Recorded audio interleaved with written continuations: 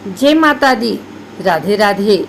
आइए सुनते हैं गुप्त नवरात्रि की 8वीं महाविद्या माँ बगलामुखी की यह कथा। माँ बगलामुखी की पूजन करने वाले साधक को संसार के हर कष्ट से मुक्ति मिलती है। उनकी कथा का श्रवण करने से हजारों पापों का नाश होता है।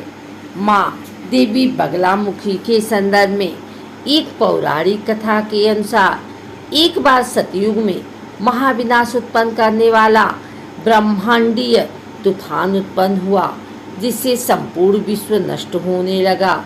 इससे चारों ओर हाहाकार मच गया और अनेक लोग संकट में पड़ गए और संसार की रक्षा करना असंभव हो गया। यह तूफान सब कुछ नष्ट भ्रष्ट करता हुआ आगे बढ़ता जा रहा था, जिसे देखकर भगवान विष्णु जी चिंतित हो गए। इस समस्या का कोई हल न पाकर वे भगवान शिव का स्मरण करने लगे। तब भगवान शिव उनसे कहते हैं कि शक्ति के अतिरिक्त अन्य कोई इस विनाश को रोक नहीं सकता, अतः आप उनकी शरण में जाएं। तब भगवान विष्णु हरिद्रा सरोवर के निकट पहुंचकर कठोर तप करते हैं। भगवान विष्णु ने तप करके महात्रिपुर सुंदरी को प्रसन्न किया तथा देवी शक्ति उनकी साधना से प्रसन्न हुई और सौराष्ट्र क्षेत्र की हरिद्रा झील में जल क्रीड़ा करती महापीठ देवी के हृदय से दिव्य तेज उत्पन्न हुआ। उस समय चतुर्दशी की रात्रि को देवी बगलामुखी के रूप में प्रकट हुई। त्रैलोक्य स्तंभिनी महाविद्या भगवती बगलामुखी ने प्रसन्न होकर विष्णु जी को इच्छित वर दिया और तब सृष्टि का विनाश रुक सका। देवी बगलामुखी को वीररती भी कहा जाता है, क्योंकि देवी स्वयं ब्रह्म स्त्री रूपिणी। इनके शिव को एक वक्त्र महारुद्र कहा जाता है, इसीलिए देवी सिद्ध विद्या हैं। तांत्रिक इन्हें स्तंभन की देवी मानते हैं। गृहस्थों के लिए देवी समस्त प्रकार के संशयों का शमन करने वाली हैं। बगलामुखी आराधना में निम्न बातों का विशेष ध्यान रखना जरूरी होता है। साधना में पीत वस्त्र धारण करना चाहिए एवं पीत वस्त्र का ही आसन लेना चाहिए। आराधना में पूजा की सभी वस्तुएं पीले रंग की होनी चाहिए। आराधना खुले आकाश के नीचे नहीं करनी चाहिए। आराधना काल में पूर्ण ब्रह्मचर्य का पालन करना चाहिए। साधना डरपोक किस्म के लोगों को नहीं करनी चाहिए। बगलामुखी देवी अपने साधक की परीक्षा भी लेती हैं। साधना काल में भयानक आवाजें या आभास हो सकते हैं, इससे घबराना नहीं चाहिए और अपनी साधना जरूरी रखनी चाहिए।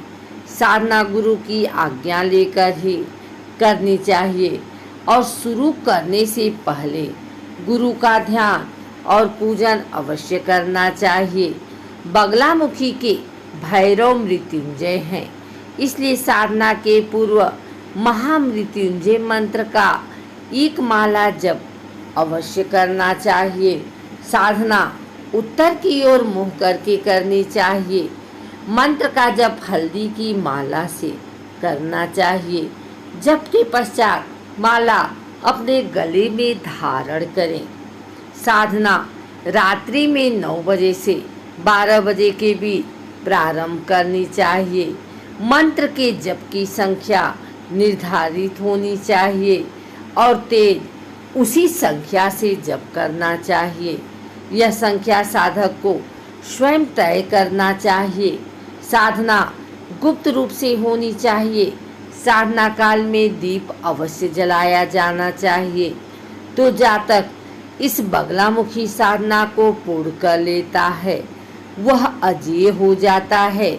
उसके शत्रु उसका कुछ भी नहीं बिगाड़ पाते हैं। माँ बगलामुखी की साधना में पीले रंग का बहुत ज़्यादा महत्व है।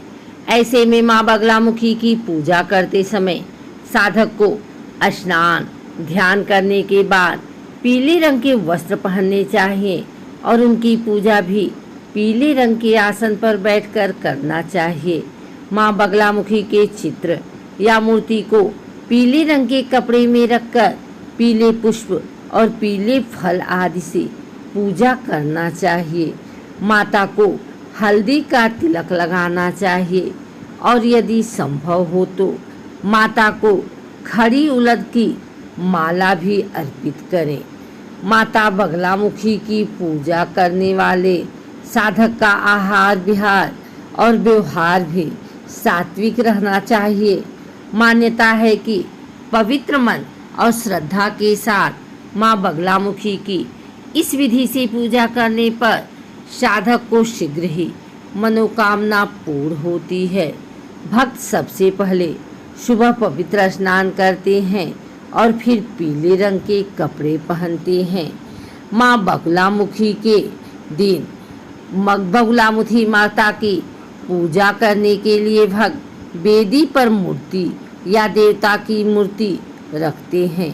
इसके बाद वे अनुष्ठानों के साथ शुरुआत करने के लिए अगरबत्तियाँ और एक दिया जलाते हैं। भक्त फूल, नारियल और माला के साथ देवता को तैयार किया जाता है। देवी बगलामुखी की आरती की जाती है और देवता को जगाने के लिए पवित्र मंत्रों का जाप किया जाता है। आमंत्रितों और परिवार के सदस्यों के बीच प्रसाद वितरित किया जाता है।